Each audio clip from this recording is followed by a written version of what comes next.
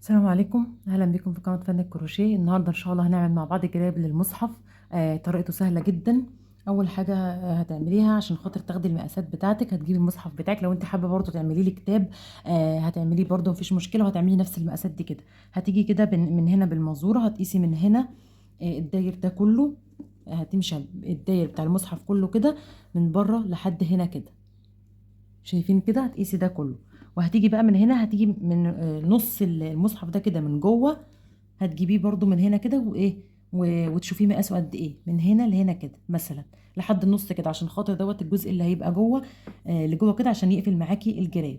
او لو انت هتتلخبطي في الطريقه ديت، هتجيبي المازوره من هنا، من جوه المصحف، من قلب الجلده من جوه، هتجيبيها كده من هنا كده لحد ما تلفي على الداير ده كله، وتفتحيها وتقيسيها بالمزوره لحد هنا كده، لحد النص برضو التاني زي ما انت شايفه كده. او لو انت هتتلخبطي في المقاس، هتعملي عدد من السلاسل وهتقيسيها بقى ايه من هنا كده، من جوه دي كده، تقفليها وتقيسيها على الداير ده كده لحد ما توصلي للجزء التاني بتاع المصحف من هنا كده لحد هنا. ده كده المقاس اللي انت هتعمليه للمصحف. اول حاجه انا استخدمت خيوط قطن. ده كده الشرايطين متبقين معايا من البقره. استخدمت خيوط قطن. لو انت حابه تستخدمي اي خيوط عندك مفيش مشكله. هنعمل عدد سلاسل عشان خاطر نشوف الغرزة بتاعتنا هتبقى ازاي. هي غرزة سهلة جدا وشكلها حلو قوي. اول حاجة هنعمل عدد سلاسل. طبعا الابرة، نسيت اقول لكم على الابرة اللي استخدمتها ابرة مقاس 3.5. انا جبت لكم المنظور عشان اوضح لكم طريقة طريقة المقاسات بطريقة مظبوطة. هتيجي من هنا كده هتقيسي، شايفة؟ هتحطي المنظورة من هنا كده وتلفيها كده على الجزء ده لحد الجزء اللي هنا ده كده اهو. طلع عندي كام؟ طلع عندي 37 زي ما انتم شايفين كده، 37. هتيجي بقى تعملي الجزء اللي جوه، الجزء اللي جوه ده كده، اللي هنا ده كده.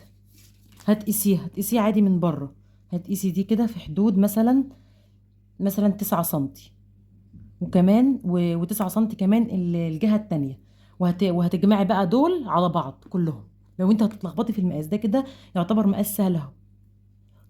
حبيت ان انا اقول لكم على الطريقه ده عشان خاطر تعرفي ان انت تاخدي المقاسات بتاعتك.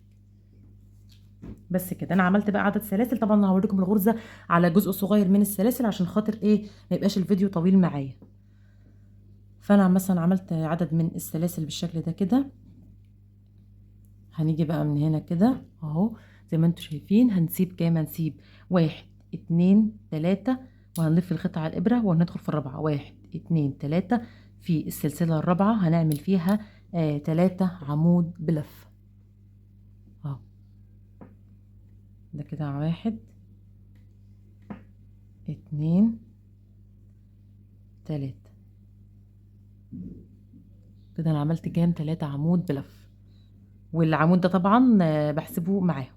بكده انا عملت 3 عمود بلفه غير العمود ده كده. ماشي. بعد كده هعمل ايه بقى؟ بعد ما عملت 3 عمود بلفه، بعد ما عملنا 3 عمود بلفه، هنسيب 1 2 3 3 سلاسل. وفي الرابعه هنعمل غرزه حشو. هنقفلها بغرزه ايه؟ حشو اهو. هنسيب كده كام؟ 3. وندخل في الرابعة نقفلها بغرزة حشو. وبعدين هنلف الخيط على الإبرة. بعد ما عملنا غرزة حشو هنعمل 2 سلسلة. 1 2. هناخد ارتفاع 2 سلسلة. لو انت بقى عندك الخيوط بتاعتك خيوط سميكة شوية، لأن الخيوط القطن بتبقى خيوط رفيعة. لو انت عندك الخيوط سميكة شوية هتعملي 3 سلسلة. أنا حبيت إن أنا أعملها 2 عشان خاطر ما يبقاش فيه فراغات قوي، لأن الغرزة دي بيبقى فيها فراغات شوية، عشان خاطر ما تبينش ايه المصحف وكده. تعمليها ما تبقاش فيها فراغات. هنلف بقى الخيط على الابره بعد ارتفاع 2 سلسله، وهندخل في الغرزه اللي بعديها على طول، مش في نفس المكان، هندخل في الغرزه اللي بعديها. وهنعمل 3 عمود بلفه. ده 1 2 3 اهو. شايفين كده؟ بعد ال3 عمود بلفه، الغرزه بتاعتنا سهله جدا. بعد ال3 عمود بلفه هنعمل ايه بقى؟ زي ما عملنا برضو قبل كده. هنسيب 1 2 3. في الرابعه هنقفلها بغرزه حشو. بعد ما بنعمل غرزة الحشو بناخد 2 سلسلة. بنلف الخيط على الإبرة وبندخل في الغرزة اللي بعديها على طول، نعمل فيها 3 عمود بلفة.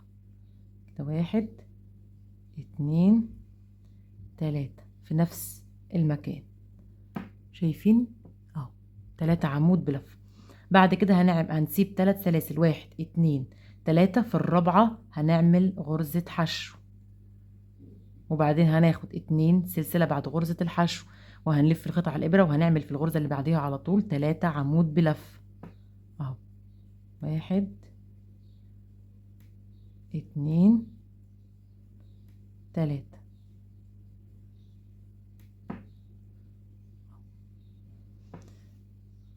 طبعا بعد ال3 عمود بلفة هنسيب هندخل فيه، هنسيب 3 زي ما احنا بنسيب كل مرة، 1 2 3. وفي الرابعة كده هنعمل حشو. طبعا انت بقى لو هتكملي بقى بالطريقة دي كده، بعد الحشو هترتفعي 2 سلسلة، 2 سلسلة، وبعد كده هتسيبي 3، قصدي هتعملي بعد الاتنين سلسلة هتدخلي في الغرزة اللي بعديها على طول تعملي 3 عمود بلفة، وبعدين تسيبي ال3 وتقفلي بحشو، وهتفضلي ماشية بقى بالطريقة دي كده لحد ما توصل لحد الايه، لما تخلصي السلسلة كلها، وهتديكي الشكل ده كده. هنشوف بقى هنكمل الدور اللي جاي ازاي. بس كده، يا رب يكون الشرح واضح. بعد كده بقى الدور اللي بعديه هنعمل ايه بقى؟ الدور اللي بعدها هيبقى برضو سهل، هما تكرار دورين. هي دي كده الغرزه بتاعتنا كلها. هنرتفع 3 سلاسل، لازم ترتفعي 3 سلاسل، ما ينفعش ترتفعي 2 عشان خاطر الحراف بتاعه الحراف بتاعه الجراب ما يبقاش وحش معاكي ويبقى لامم كده، عشان خاطر يبقى مفرود معاكي ومظبوط. بعد ما بترتفعي 3 في المكان اللي ارتفعنا فيه ال3 اللي هي دي كده، دي هتدخلي تعملي فيها 3 كمان عمود بلفة. 1 2 3. يبقى كده كل دور بنعمل كده، بنرتفع 3 وفي نفس المكان اللي هو الغرزة دي كده بتدخلي تعملي فيها ايه 3 عمود بلفة. وبعد كده هتروحي على الفراغ اللي احنا كنا عاملينه اللي فيه ال2 سلسلة اهو، ده كده الفراغ اللي فيه ايه 2 سلسلة اللي كنا بنعمله، هتروحي عليها كده وتعملي فيها غرزة حشو اهو زي ما انتوا شايفين كده. هنروح في دي كده ونعمل غرزة حشو. بعد ما عملنا غرزة حشو هنعمل بقى ايه بقى، احنا طبعا بعد ما بنعمل غرزة الحشو بنعمل 2 سلسلة، والدور برضو اللي فات كنا بنعمل كده، كنا بنعمل 2 سلسلة، وبعدين هنلف بقى الخيط على الإبرة في الدور ده، وهندخل في نفس الفراغ وهنعمل فيه 3 عمود بلفة اهو. 2 3. بس هتروحي بقى على الفراغ اللي هو فيه ال2 سلسلة، هتدخلي فيه كده، هتعملي فيها غرزة حشو، وهتاخدي ارتفاع ال2 سلسلة اللي احنا بنرتفعهم بعد غرزة الحشو، وهنلف الخيط وندخل في نفس المكان نعمل 3 عمود بلفة بالشكل ده كده. والفراغ اللي بعديه كده هناخد غرزة حشو، وبعدين 2 سلسلة، ونعمل 3 عمود بلفة في نفس المكان اهو. 2 3. اخر حاجة معانا في الدور بتبقى غرزة الحشو اللي بنعملها، بس كده هي ديت اللي بنقفل بيها الدور زي ما انتوا شايفين كده. وهبدأ ان انا ارتفع 3 سلسلة برضو، والف الشغل بالشكل ده كده، وفي نفس المكان اللي ارتفعت فيه السلاسل زي ما انتوا شايفين كده بدخل فيه اعمل 3 عمود بلفة.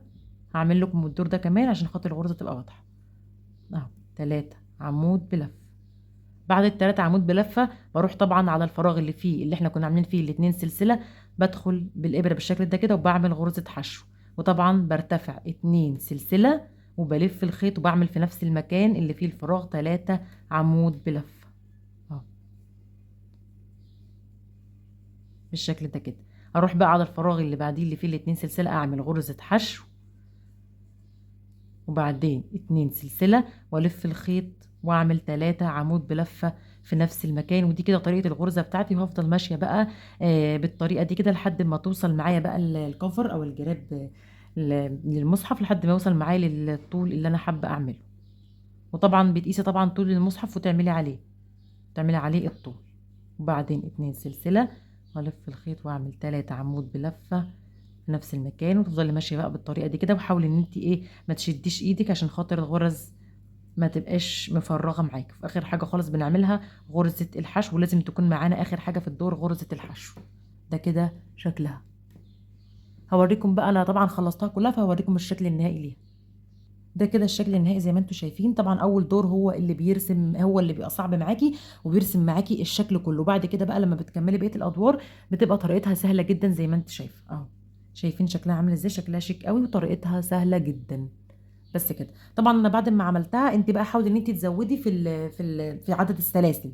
يعني شوفي مقاس المصحف بتاعك كام وزودي عليه في حدود 5 سلاسل او 10 سلاسل كده، عشان خاطر ما تعملش معاكي كده. انا بقى زودت من هنا كده دورين من العمود بلفه، دورين هنا عمود بلفه ودورين هنا عمود بلفه، عشان خاطر يبقى مظبوط معايا. وهتجيبي بقى المصحف بتاعك بالشكل ده كده اهو، وتبداي ان انت بقى ايه تقفلي الجزء ده اهو. تقيسيها كده بالشكل ده وتقفليها النص كده، وتقفلي بقى الجزء زي ما انتوا عارفين اللي هو ايه، الجزء اللي هو الداخلي ده كده اهو، من الابره والفتله، وتروحي جايه ايه، هتعملي مثلا حته صغيره كده بالشكل ده اهو. طبعا الكفر بيحافظ معاكي على المصحف، ما بيخلوش اللي هو يتقطع زي ما عمل معايا كده. تيجي بقى من هنا كده، هنعمل دي كده، هنقيسها ونخيطها من هنا كده. تخيطي بقى ايه جزء من هنا كده صغير بالابره والفتله عادي خالص، والجزء التاني كده، والناحيه برضو التانيه كده، وتركبيها في المصحف زي ما انتوا شايفين كده. دي طبعا سهله. هتيجي من هنا كده بابره وفتله تخيطي دي، وتخيطي الجزء ده كده والجزء ده كده. بس كده ده كده ايه التقفيل بتاع الجراب. وهنشوف بقى كده. كنت عايزه اعمل معاكم حاجه كده ورده كده تحط تزيين يعني للجراب. الوردة دي هنعملها زينة كده او للكفر. لو انت حابة تعمليها ماشي مفيش مشكلة، مش حابة لو مش حابة تعمليها ما تعمليهاش، حابة تعمليها اعمليها معايا. هي طريقتها سهلة جدا وهتديكي شكل حلو قوي. اول حاجة اعمل عقدة البداية بالشكل ده كده، وهبدأ اعمل 10 سلاسل.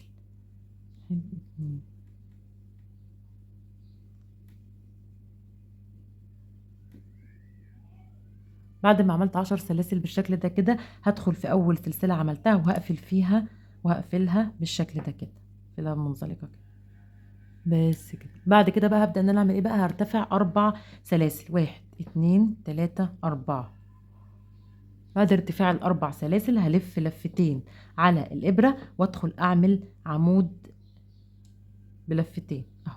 اخرج من 2 في 3، من 2 في 2 في 2 بالشكل ده كده. وبعد كده هعمل 2 سلسلة اهو، والف لفتين برضو على الابرة، وهفضل عاملة مكملة بقى كده لحد ما اعمل معايا 12 عمود اهو. 2 سلسلة وهلف وادخل في الحلقة اللي احنا عملناها دي كده اهو. اخرج من 2 في 2. وبعد كده هعمل 2 سلسلة والف لفتين وادخل في الحلقة اللي احنا عملناها، الفراغ اللي احنا عاملينه ده عشان نعمل فيه العواميد دي اهو. 2 سلسلة، هلف لفتين على الابرة واخرج من 2 في 2 في 2 اهو. هاخد 2 سلسلة والف لفتين على الابرة بالشكل ده كده، وادخل اعمل العواميد دي. هعمل بقى كده لحد ما توصل معايا ل 12 عمود. هكمل بقى كده لحد ما يوصل معايا ل 12 عمود وارجع اوريكم هنكمل بقية الغرز ازاي.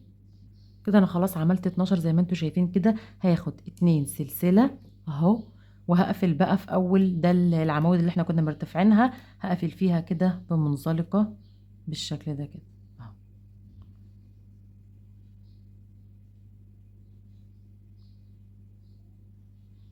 ادخل كده واقفل فيها بمنزلقة. بقت كده معايا بالشكل ده. هنكمل كده بقية الوردة بتاعتنا. هنبدأ نرتفع 4 سلاسل اهو، 4 سلاسل بالشكل ده كده، وهلف لف على الإبرة وادخل في الفراغ اللي بعد الارتفاع ده كده، هدخل فيه واعمل الغرز اللي هي دي كده اهو، غرزة كده شكلها حلو اهو، والف لفة تانية هعملها 5 لفات اهو. كده معايا كام لفة؟ 1 2، معايا 10 لفات على الإبرة اللي هو ايه كام فتلة، 10 فتلات. هخرج بقى من دي كده كلها واقفلها بغرزة كده، وابدأ اعمل 1 2 3 4، 4 سلاسل، والف برضو كده وادخل على الفراغ اللي احنا عاملينه اللي هو فيه ال2 سلسلة، واسحب ارفع ايدي لفوق كده عشان خاطر تديني شكل اللي انا عايزاه اهو. برفع ايدي كده لفوق والف لفه على الابره وادخل فراغ اخد لفه اهو. ادخل فراغ اخد لفه والف لفه تاني وادخل اخد لفه كمان والف لفه كده وادخل اخد لفه كمان. لو انت حابه بقى تعمليها اكبر من كده هتزودي في عدد اللفات وترفعي ايدك كده لفوق عشان خاطر تبقى مظبوطه معاكي. يعني ممكن اقول لك مثلا تعملي 12 مثلا لفه على الابره، يكون معاكي هنا 12 فتلات على الابره اهو، او 10 لو انت حابه تعمليها اقل من كده. هتخرجي بقى منهم كلهم بالشكل ده كده اهو بس، وتاخديها عليها غرزه وتعملي 4 سلاسل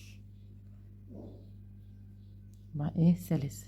وهتلفي لفه برضه على الابره وتدخلي في الفراغ ده كده وتعملي فيه نفس اللي احنا عملناه كده اهو، زي ما انتم شايفين كده. تفضلي بقى تعملي كده تلفي كده على الدايره كلها بالشكل ده كده اهو. حابه تعمليه اكبر من كده هتزودي اللفات زي ما انا بقول، وهتخرجي بقى منهم كلهم بالشكل ده كده اهوت، وتاخدي غرزه وترتفعي 4 بس. شايفين كده اهو. هتكملي بقى بالشكل ده كده لحد ما تعملي الدايره كلها بالغرز دي اهو، زي ما انت شايفه كده. خد لفه من هنا ولفه من هنا. لو حباها بقى تكون كبيره مش هتستخدمي خيوط ما تكونش رفيعه، يعني بلاش الخيوط القطن عشان خاطر دي خيوط رفيعه. حابه تعمليها كبيره اعمليها بخيوط صوف عاديه عشان خاطر تبقى كبيره معاكي. انا غيرت على فكره الخيوط ورجعت عملتها بخيوط عاديه عشان خاطر تبقى كبيره معايا زي ما انتم شايفين كده. واعمل 1 2 3 4 وهكمل بقى الدايره دي كلها وارجع اوريكم الغرزه الاخيره اللي هنعملها. هكملها بقى بالطريقه دي كده واوريكم بقى في غرزه كمان اخيره هنعملها كتزيين كده ليها. اخر غرزه بقى هعملها معاكم علشان نشوف هنكمل الدور ازاي اهو. هلف الخيط على الابره كده وادخل اسحب خيط بالشكل ده كده، لفه من هنا ولفه من هنا وادخل فراغ لفه اهو. هتشوفي معاكي كام على الابره، عايزه تعمليهم 10 لفات ماشي براحتك، عايزه تعمليهم ب 12 وتخليها كبيره براحتك برضو اهو. بس كده خلاص. هعمل 1 2 3 4 وهدخل بقى في دي كده واقفل فيها منزلقه بالشكل ده كده. خلاص كده كده الدور خلص معايا زي ما انتوا شايفين كده. شايفين شكلها عامل ازاي؟ في غرزة كمان هنعملها باللون التاني عشان تديني شكل حلو كده. هسحب بقى خيط باللون التاني ده كده اللي هو الاخضر ده كده اهو، ادخل في دي كده واسحب خيط بالشكل ده كده اهو. وفي الاخر بقى انضف الخيوط دي كلها اهو، او اخدها معايا كده تحت الشغل كده بس. هدخل في الغرزة دي كده اللي هو الفراغات دي واعمل فيها غرزة حشو. شايفين اول فراغ ده كده هدخل فيه اعمل فيه غرزة حشو، وبعد كده هعمل غرزة نص عمود، وبعدين هعمل 2 عمود بلفة، 2 عمود بلفة، قصدي 3 خليهم 3 عمود بلفة بالشكل ده كده. وبعدين نص عمود وبعدين حشو عشان تديني الشكل ده كده اهو. شايفين كده؟ يا رب تكون واضحة. بس هنروح بقى على الفراغ اللي بعدها. انا واخده معايا الخيوط بتاعتي اهيت وسحبت الخيط زي ما انتوا شفتوا. هدخل في الفراغ اللي بعديها اعمل غرزه حشو وبعدين نص عمود اهو، وبعدين 3 عمود بلفه، 1 2 3 وبعدين نص عمود وبعدين حشو بس كده. اروح على الفراغ اللي بعديها ابدأها بحشو، بعدين نص عمود، 3 عمود بلفة. طبعا سهلة جدا زي ما انتم شايفين، 2 3 بعد ال3 عمود بلفة واحدة نص عمود وغرزة حشو، وهتفضلي بقى مكملة كده لحد ما تعمليها كلها على الدايرة دي كده بالغرز دي. يبقى بتعملي واحدة حشو، واحدة نص عمود، وبعدين وبعدين 3 عمود بلفة، وبعدين ترجعي نص عمود، وبعدين ترجعي حشو. يبقى كده نبدأ فيها حشو نص عمود، 3 عمود بلفة، 1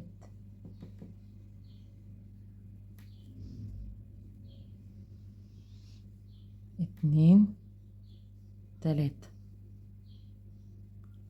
وبعدين واحدة نص عمود، نص عمود، واخر واحدة حشو. هكمل بقى كده لحد ما اخلصها وارجع اوريكم الشكل النهائي للجراب. كده خلاص بقى خلصت الشكل النهائي للجراب زي ما انتم شايفين اهو للكفر. شايفين شكله عامل ازاي؟ شكلها شيك قوي. والورده دي طريقتها سهله جدا وتقدري تعمليها. الخيط ده كده باظ. الورده دي طريقتها سهله جدا، تقدري تعمليها بقى كزينه قوي، كزينه لاي حاجه عندك حابه ان انت تعمليها. وطبعا الورده دي انا كانت عندي فحبيت ان انا ازين بيها بالشكل ده كده، لزقتها. ودي برضو ممكن تلزقيها او تخيطيها اللي انت حابه تعمليه. لو انت ما عندكيش لزق هتخيطيها احسن، عشان خاطر لو حبيتي تفكيها ما تبقاش معلمه في الخيوط. ده كده الشكل النهائي للكفر. يا رب يكون عجبكم. ما تنسوش بقى الاشتراك في القناة وتفعيل الجرس. سلام عليكم.